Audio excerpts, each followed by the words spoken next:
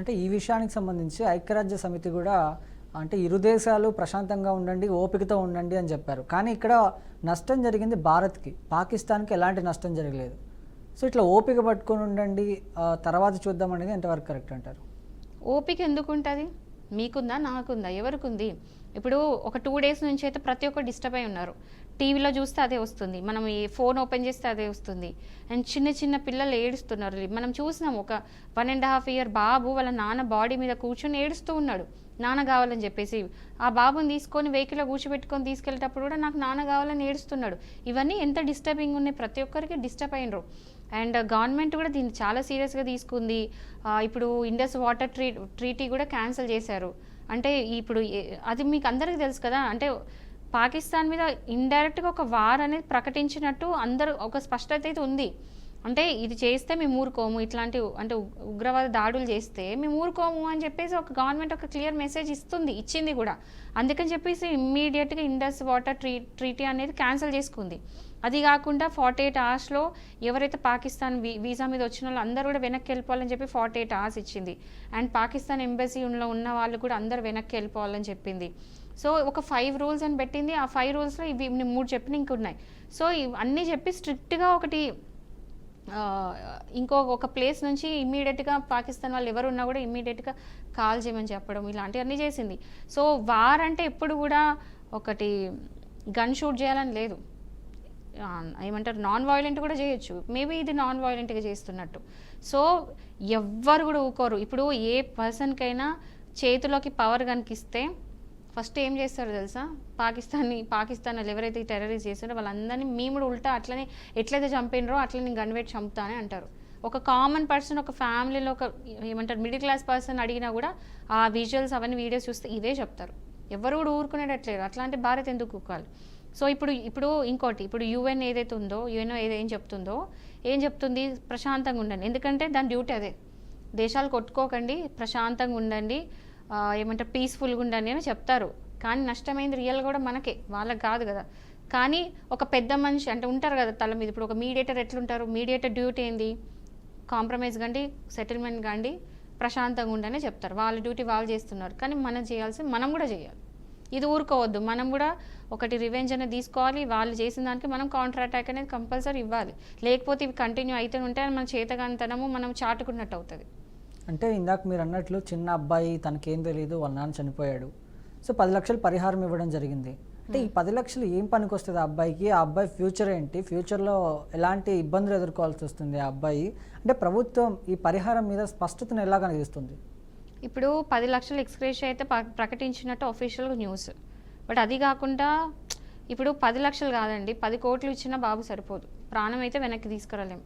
So amount సరిపోదా అనేది అది question కాదు అసలు. ఎందుకంటే మీరు 10 కోట్లు ఇచ్చిన బాబు సరిపోదు.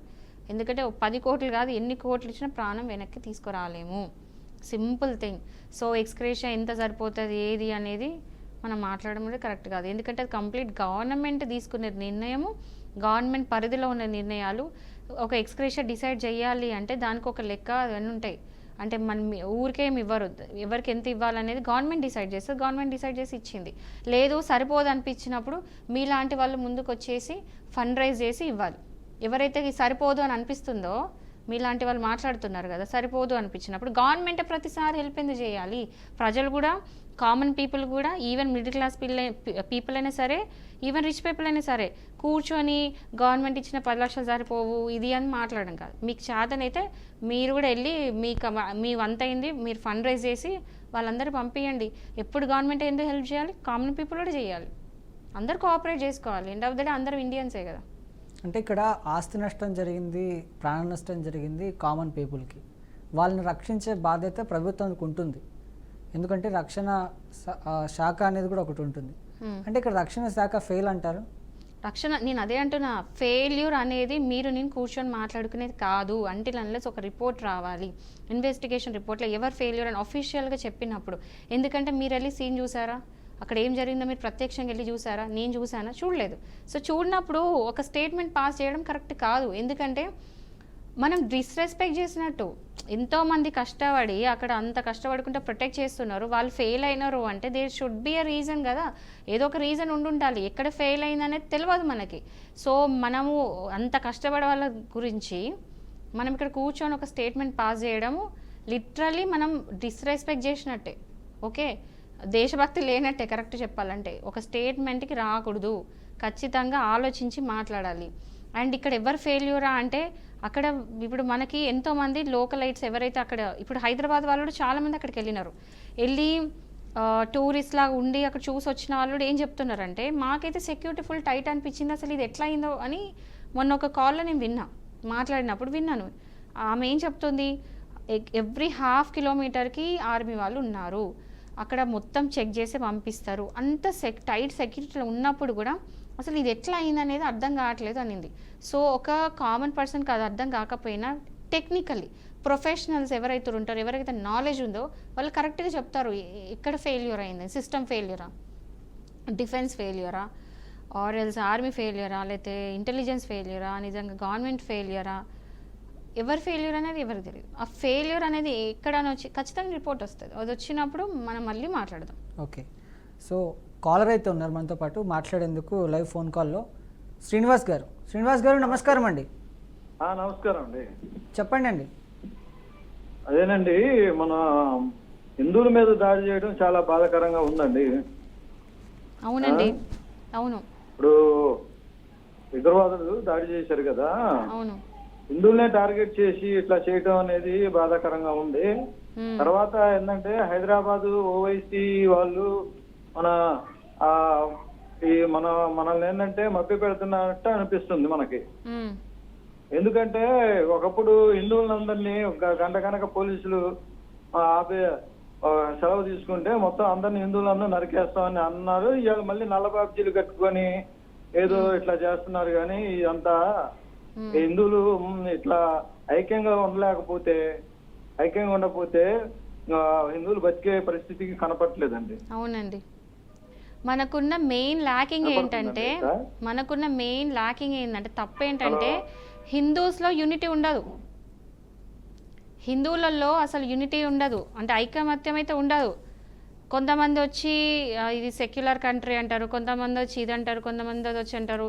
అసలు ఇది చాలామంది చూస్తుంటే ఏంటంటే ఇది అసలు మతపరమైనది కానే కాదు, ఈ అటాక్ అనేది మతపరమైనది కాదంట. అది నాకు ఎంత ఆశ్చర్యం వేస్తుంది అంటే కొంతమంది వచ్చి డైరెక్ట్ స్టేట్మెంట్ ఏంటి, ఇది మతపరంగా చూడకూడదు, మతపరంగా కాలేదు, అసలు కొంతమంది వచ్చేది అసలు హిందూస్ని అసలు టార్గెట్ చేయలేదు, వాళ్ళేదో చంపుకున్నారు, ఇదంతా ఫేక్ న్యూస్ అంటున్నారు. ఫేక్ న్యూస్ ఎట్లా అవుతుంది?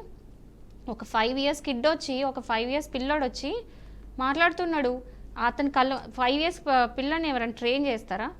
పోని 5 years వదిలేయండి, ఒక 1.5 year బాబుని ఎవరైనా ట్రైన్ చేయగలుగుతారా అబద్ధం చెప్పమని చెప్పి? ఆ బాబు వచ్చి ఎందుకు చెప్తున్నాడు, నా కళ్ళ ముందు హిందూనా ముస్లిం అని అడిగిండ్రు, హిందూ అని అడగగానే మా నాన్న చంపేసిండ్రు అని క్లియర్గా స్టేట్మెంట్ ఇస్తూ ఉంటే, అంత క్లియర్గా ఫేర్గా చాలామంది షాకింగ్లీ వచ్చి అసలు ఇది మతపరంది కానే కాదు, అసలు ఇది హిందూ ముస్లింది కాదు, ఏదో అటాక్ అయింది, జనరల్ టెర్రరిస్ట్ అటాక్ అంటున్నారు. అండ్ మీరు అన్నట్టు ఓవైసీ వీళ్ళందరూ ఇప్పుడు మాట్లాడరు. ఎందుకు మాట్లాడతారు? ఎందుకంటే మాట్లాడితే చాలా తప్పులు బయటకు వస్తే కూడా మాట్లాడరు. బట్ వాళ్ళు ఇవి అంటే డైవర్ట్ చేయడం ఇవన్నీ పక్క పెడితే ఏంటంటే నిజం ఎప్పటికైనా నిజం ఎప్పటికైనా బయటకు వస్తుంది. ఇన్సిడెంట్ ఏంటంటే మనం చూడాల్సింది ఇక్కడ రాజకీయ పరంగా అది ఏ పార్టీ చేసింది, ఏ పార్టీ వాళ్ళు ఏం మాట్లాడుతున్నారు అనేది కాదు మనం చూడాల్సింది. ఇక్కడ నష్టం జరిగింది భారతీయులకి, అక్కడ నష్టపోయింది భారతీయులకు కాదు, నష్టం జరిగింది హిందువులకి. హిందువులు భారతీయులు హిందువులే కాదనట్లా, కానీ ఇక్కడ నష్టం జరిగింది క్లియర్గా ఎక్స్క్లూజివ్గా హిందువులకి. ఇండియన్సే తర్వాత ఇండియన్స్ ఏమో ఫస్ట్ ఇండియన్స్ తర్వాత హిందువులు అనొచ్చు, కానీ ఇక్కడ ఎక్స్క్లూజివ్గా అయింది హిందూస్కే. ఓకే, ఇది గుర్తుపెట్టుకోవాలి. ఇది ఏంటంటే ఒక కామన్ జనరల్ స్టేట్మెంట్ ఇవ్వకూడదు. ఇక్కడ జరిగిన ఇన్సిడెంట్ ఏదైతే ఉందో దానికి రాజకీయ రంగు పొలవడం అనేది రాజకీయ రంగు అనేది ఎవరు అంటిస్తున్నారో అందరికీ తెలుసు. నాకు పేర్లు మెన్షన్ చేయదలుచుకోలేదు. చాలామంది వచ్చి ఇది పొలిటికల్ స్టంట్ అంటారు, ఎన్నో మాట్లాడతారు, కానీ నిజంగా అక్కడ జరిగింది ఒక కామన్ పర్సన్ నష్టపోయిండు, who is a Hindu, simple. ఎక్కువ కూడా దీని గురించి మాట్లాడేది లేదు. ఒక్కటే ఓకే, అక్కడ ఒక్క నిమిషం హిందూ మీరు అయినందుకు ఉండండి. చచ్చిపోయిండు అని ఇంకో క్లియర్. కాలర్ కూడా ఉన్నారు, వారితో కూడా ఒకసారి మాట్లాడదాం. రాజేష్ గారు, రాజేష్ గారు నమస్కారం అండి. నమస్కారం అండి. చెప్పండి. మొన్న పహల్గాంలో జరిగిన ఘటన గురించి చాలా బాధాకరమైన ఘటన అండి. అవునండి, అందరూ బాధపడుతున్నారు దాని గురించి. నమస్తే. టీవీ మ్యూట్ పెట్టండి. పెట్టానండి. ఇప్పుడు మనం మాట్లాడుకుంటున్నాం, ఇన్ని మాట్లాడుతున్నాం కానీ వాళ్ళకి మనం ఇప్పుడు ఏం చేయలేని సిచ్యువేషను. బట్ మన దేశంలో ఇప్పుడు ఇన్ని రాజకీయ వ్యవస్థలు ఉన్నాయి, ఎంతమంది మనం అందరితో పోరాడుతున్నాం, ఎంతమంది నాయకులు ఉన్నారు. వీళ్ళందరూ ప్రగాఢ భూతి అందరి దగ్గరికి వెళ్ళి పలకరించడం, ప్రతి ఒక్కరిని ఏదో సాక్రిఫైస్ చేసినట్టు ఫీల్ అవుతున్నారు. వాళ్ళనేది కరెక్ట్ గా ఉంటే ఈ రోజు వాళ్ళకి ఆ పరిస్థితి వచ్చేది కాదు. ప్రతి 6 కిలోమీటర్కి ఒక జవాన్ ఉన్నాడు, ఆర్మీ వాళ్ళు ఉన్నారు అంటున్నారు కదా. అలాంటి ప్లేస్ లో అందరూ వచ్చే ప్లేస్ లో కూడా ఎంత ప్రొటెక్షన్ ఉండాలి, ఎలా ఉండాలి. ఇప్పుడు జమ్మూ కాశ్మీర్ అంటే అది రిస్క్ ఏరియా అని అందరికీ తెలుసు. బట్ ఏంటంటే సమ్మర్ హాలిడేస్ లో అలా ఏదో టూర్లు వేసుకుంటారు, పిల్లలతో ఉంటారు, చాలా మంది అనేక విధాలుగా ఉంటారు. వాళ్ళందరినీ కూడా ఒక అవగాహనతో ఏంటంటే గవర్నమెంట్ ప్రత్యేకంగా ఆ ఒక ఏరియాలో ఆర్మీని కానీ ఇంకా ఏదైనా ప్రొటెక్షన్ ఏదైనా గట్టిగా ఉంచాలి. ఈ రోజున మనం ఈ అవకాశం రావడానికి కారణం కూడా గవర్నమెంట్ ఆఫ్ ఇండియానే, ఇంకెవరూ కాదు. ఇప్పుడు గవర్నమెంట్ ఆఫ్ ఇండియా అంటే ఇప్పుడు కొన్ని ఇయర్స్ బ్యాక్ గోకుల్ చాట్లో ఒక బాంబ్ బ్లాస్ట్ అయింది, దాని తర్వాత ముంబై అటాక్ అయింది. సో ఏంటంటే ఎంత ఇంటెలిజెన్స్ పని చేసినా ఏది చేసినా కూడా కొన్నిసార్లు తప్పులు అనేది అవుతాయి, బ్రేక్ డౌన్స్ ఉంటాయి. ఇప్పుడు మీరు అంటే అక్కడ ఏంటంటే మనం ఇక్కడ కూర్చొని మాట్లాడతాం కానీ అక్కడ ఏంటంటే ఒక 1/2 కిలోమీటర్కి అంటే ఒక్కొక్క 1/2 కిలోమీటర్కి ఒక జవాన్ ఉంటారు, కరెక్ట్. కానీ అది ఎక్కడ ఏం తెలుసా, మొత్తం హిల్ ఏరియా, ఈవెన్ డే టైంలో కూడా మొత్తం డార్క్ ఉంటుంది, చీకటి ఉంటుంది, సరిగా కనబడదు.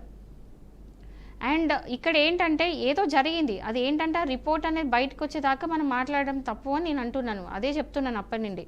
బట్ నా తెలిసిన ఇన్ఫర్మేషన్ ప్రకారం అయితే ఈ జరగడానికి కారణం ఏంటంటే మొత్తం చీకటి ఉంటుంది, అక్కడ ఏది కనబడదు. అండ్ టూరిస్ట్కి టెర్రరిస్ట్కి డిఫరెన్స్ అనేది తెలియలేదు. సో వీళ్ళు ఏంటంటే జవాన్ లాగా డ్రెస్అప్ అయ్యి రావడము, అలా అటాక్ చేయడము ప్లాన్తో వచ్చారు. మళ్ళీ మెయిన్ ఏం తెలుసా, అక్కడ ఉన్న లోకలైట్స్ హెల్ప్ చేసిండ్రు. ఎవరైతే లోకలైట్స్ ఉన్నారో వాళ్ళు 2 years 3 years నుంచి అక్కడ మొత్తము అది దాని మీద స్టడీ చేసి ఎట్లా అటాక్ చేయొచ్చు అని మాస్టర్ ప్లాన్ చేసి చేసిన అటాక్ ఇది. సో లోకలైట్స్ హెల్ప్ చేసిండ్రు, అందరిది ఫెయిల్యూరే ఇక్కడ. సో ఇందాక మీరు కాలర్తో మాట్లాడినప్పుడు కూడా కాలర్ కూడా ఏమంటున్నారంటే గవర్నమెంట్కి సంబంధించి కూడా ఫెయిల్యూర్ అయ్యి ఉండొచ్చు అంటున్నారు. అంటే ఈ సమస్య ఏదైతే వస్తుందో లేకపోతే వచ్చిన తర్వాత కూడా గవర్నమెంట్ తీసుకునే కొన్ని చర్యలు ఏవైతే ఉంటాయో న్యాయపరంగా ఎలా ఉంటాయి? ఫస్ట్ థింగ్ ఏంటంటే త్రూ అవుట్ సీన్లో అంటే ఈ జరిగిన దాంట్లో ఈ అటాక్లో జరిగిన త్రూ అవుట్ ఏం చూస్తారంటే ఎవరైతే విక్టిమ్స్ ఉన్నారో వాళ్ళ చూస్తారు. అండ్ ఎవరైతే ఇప్పుడు ఇదంతా అటాక్ చేసిండ్రో వాళ్ళ లిస్ట్ తీస్తారు. ఫస్ట్ మెయిన్ ప్రయారిటీ అయితే వాళ్ళని పట్టుకోవడం, ఎవరైతే ఇందులో ఇన్వాల్వ్ అయినారో ఈ అటాక్లో, ఎవరైతే టెర్రరిస్ట్ అటాకర్స్ ఉన్నారో వాళ్ళని పట్టుకోవడం ముఖ్యం. అండ్ ఇక్కడ నేను క్లియర్ చెప్పాలనుకుంటున్నా అంటే ముస్లిమ్స్కి ఎవ్వరు అగేన్స్ట్ లేరు, కానీ టెర్రరిస్ట్కి మాత్రం అగేన్స్ట్ ఉన్నారు. ఎవరైతే హిందూస్కి అగేన్స్ట్ ఉన్నారో వాళ్ళకి మాత్రమే అందరూ అగేన్స్ట్ ఉంటారు. సో అది నేను క్లియర్గా చెప్పాలనుకుంటున్నా. ఏదో అంటే ఇప్పుడు ఏదైతే అటాక్ జరిగిందో అటాక్లో ఇన్వాల్వ్ అయిన వాళ్ళు ఎవరు, అండ్ ఎవరైనా ఒకవేళ అందులో హెల్ప్ చేసిన వాళ్ళు ఉన్నారు. సపోజ్ ఎగ్జాంపుల్ గవర్నమెంట్ ఫెయిల్యూర్ అనుకుందాం, ఆర్మీ వాళ్ళే హెల్ప్ చేసింది అనుకుందాం. నేను అనట్లేదు, బట్ బై ఛాన్స్ క్లియర్గా చెప్తున్నాను, నేను చేసి నన్ను అనట్లేదు. ఒకవేళ బై ఛాన్స్ ఎవరైనా హెల్ప్ చేసినారే అనుకుంటే వాళ్ళకి సంబంధించిన ఎవరైనా ఇన్వాల్వ్ కానీ వాళ్ళకి స్ట్రిక్ట్గా పనిష్మెంట్ పడుతుంది. అది ఆర్మీ కావచ్చు, అక్కడ లోకలైటే కావచ్చు, ఎవరైనా సరే, ఈవెన్ ఇంటెలిజెన్స్ వాళ్ళే కావచ్చు, లేకపోతే గవర్నమెంట్లో ఇన్వాల్వ్ అయిన మినిస్టర్సే కావచ్చు, ఎవరికైనా కూడా లా అనేది ఈక్వల్. అందరికీ ఎట్లాంటి శిక్ష పడాలో అట్లాంటి శిక్షణ పడుతుంది, అందరికీ కూడా ఈక్వల్ పనిష్మెంట్ ఉంటుంది. ఎందుకంటే ఇది దేశానికి సంబంధించిన విషయం. అంటే ఈ ఇన్సిడెంట్లో అవినీతి లేదా నేరాలను ప్రేరేపించేలాగా ఏమైనా చేశారనుకోండి, ఒకవేళ అది కేసు అని ప్రూవ్ అయింది, దర్యాప్తు ఎలా చేస్తారు? ఇప్పుడు అవినీతి జరిగే ఛాన్సెస్ ఉన్నాయి. ఎట్లా అంటే మనీ చూపించి ఆశ పెట్టి ఇట్లాంటివి చేయడము. ఇన్ఫర్మేషన్ లాగడము, అంటే క్రూషియల్ ఏదైతే కాన్ఫిడెన్షియల్ ఇన్ఫర్మేషన్ ఏదంతా ఉంటుందో లాగడం అవన్నీ చేయొచ్చు. అలాంటి ఏం చేసినా కూడా యాంటీ కరప్షన్ డిపార్ట్మెంట్స్ ఉంటే వాటికి వెళ్ళి యాంటీ కరప్షన్ యాక్ట్ కింద, ప్రొటెక్షన్ యాక్ట్ కింద వాళ్ళకి పనిష్మెంట్ అనేది పడుతుంది.